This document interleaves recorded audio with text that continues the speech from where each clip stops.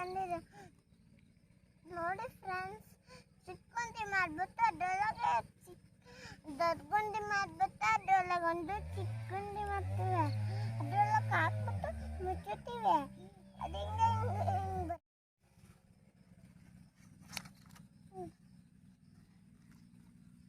ನೋಡಿ ಈ ಥರ ಇರುತ್ತೆ. ಲೋಟ ಆದರೆ ಈ ಥರ ಇರುತ್ತೆ. ನೋಡಿ ಫ್ರೆಂಡ್ಸ್, ಇವೆಲ್ಲ ಕಸಿ ಮಾಡ್ತಾರೆ. ಅದನ್ನು ತಗೊಂಡ್ಬಿಟ್ಟು ಅಲ್ಲಿಗೆ ಹಾಕ್ತಾರೆ. ಅದಾದ್ಮೇಲೆ ಬೆಳೆದ ಮೇಲೆ ಒಂದು ಎಲ್ಕ್ ಕಿತ್ಕೊಬಿಟ್ಟು ಬಾಳೆಕಾಯಿ ಚಿಪ್ಸ್ ಆಯಿತು. ಬಾಳೆಗಿಡ ಹಾಕ್ತಿದ್ರು ನೋಡಿ ಫ್ರೆಂಡ್ಸ್. ಕುಡಿ ಇಡಿ, ನೀವು ಕ್ಲೀನ್ ಆಗಿ ವಾವ್ ಸೂಪರ್. ಮಣ್ಣು ಹಾಕಿ ಈಗ ತಳಿ ಮಣ್ಣು ಹೊಳಿಕೆ ನಿಧಾನಕ್ಕೆ.